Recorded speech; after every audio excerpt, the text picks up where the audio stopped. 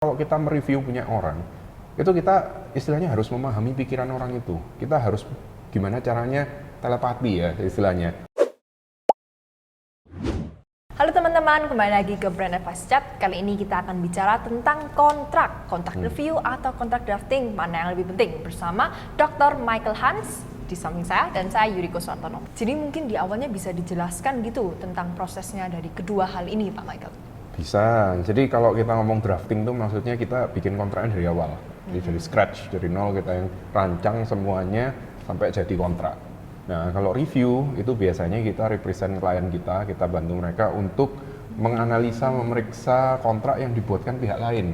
Nah, jadi nanti pihak lain tuh kirim ke klien kita, biasanya terus klien kita hire kita yang mereview dari awal sampai akhir. Nanti kita kasih komen, kita kasih catatan-catatan bagaimana posisinya para pihak, dan bahkan kadang kalau diminta dari pihak mereka untuk merevisi, kita bantu revisi juga. Gitu prosesnya. Kalau kita drafting, biasanya dari klien yang memberikan poin-poinnya, kita mau membuat suatu kerjasama, misalkan ruang lingkupnya seperti ini, kita mau syarat dan ketentuannya seperti ini, terus ada pesan-pesan khusus apa, oh biasanya itu ada kejadian seperti ini, jadi kita minta dimasukkan klausul-klausul seperti ini. Nah, nanti dari situ kita tuangkan bagaimana bahasanya ke dalam suatu kontrak yang bisa mengakomodasi kebutuhan dari klien ini. Selain itu kita kan pasti bandingkan juga ya dengan pengalaman-pengalaman kita dengan klien-klien yang lainnya.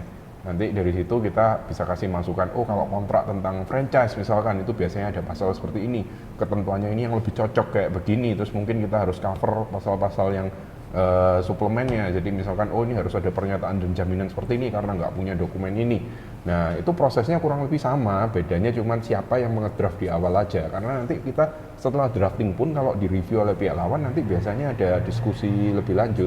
Jadi kok tahu ini mana ya Pak Michael yang lebih susah ini? Kalau kita ngomong susah ya, kalau dari pengalaman saya pribadi, nah ini biasanya soalnya klien juga ngomong kayak gini, seringnya itu, ini kan cuma review, bukan kita bikin dari awal.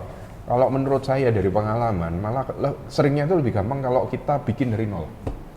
Gitu. Kenapa? Karena kalau kita mereview punya orang, itu kita istilahnya harus memahami pikiran orang itu. Kita harus gimana caranya telepati ya istilahnya. Orang ini maunya apa sih? Jadi kita coba untuk menangkap kepentingannya dia dari bahasa-bahasa yang dituangkan secara tertulis itu. Kita harus tahu dia ini maksudnya apa. Karena kadang nggak semua orang bisa membahasakan apa yang ada di pikiran. Nah, itu jadi tergantung dari skill dan experience masing-masing ya. Makanya kita kalau dari lawyer, apalagi yang sudah ada pelatihan khusus di contract drafting, kita tuh biasanya bisa untuk lebih tahu, oh dari praktek biasanya kalau ini tuh maksudnya ini loh, saking dia membahasakannya seperti ini. Jadi kita mungkin bisa kasih masukan juga, oh supaya nggak terjadi ambigu di sini, supaya nggak terjadi double meaning, itu lebih baik bahasanya seperti ini. Karena kalau bisa kita kan menggunakan bahasa yang singkat, padat, jelas, sesuai dengan bahasa Indonesia atau bahkan bahasa Inggris yang baik dan benar gitu kan. Karena kalau kita beda makna aja, kadang kedoblan atau salah istilah, maknanya bisa berubah. Padahal di sini kan kita mengatur hubungan hukum, gitu kurang lebih. Kayak gitu toh Pak Michael. Tapi kadang-kadang ada orang itu yang ngomong kok misalnya fee-nya itu meskipun mirip-mirip gitu katanya Pak Michael. Gimana? Apakah itu memang?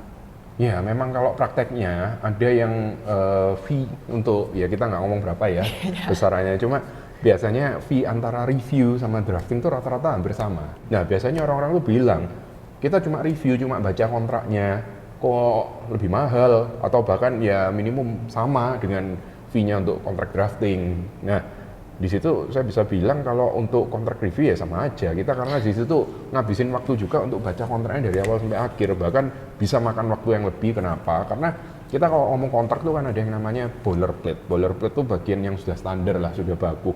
Nah, itu biasanya kalau kita bikin, ya ini bocoran sedikit ya, kalau kita bikin kontraknya dari nol, itu kadang ya kita masih bisa lah kopas-kopas sedikit dari kontrak lain yang kita buat. Nah, tapi kalau kontrak review, kita malah harus lihat semuanya dari A sampai Z, dari awal sampai akhir, itu isinya bagaimana. Jadi kita dari situ harus tahu pasal per pasal, walaupun yang kesannya itu pasal standar, pasal baku, oh ini cuman boilerplate aja. Tapi di situ kita harus tahu ini apa ada unsur-unsur terselubung yang dimasukkan, apa ada loophole-nya. Makanya kita kalau ngomong kontrak review, kenapa nggak lebih murah dari kontrak drafting? Ya soalnya yang dilakukan tuh kurang lebih sama, bahkan bisa lebih susah kontrak review seringnya itu. begitu toh ternyata Pak Michael. Hmm.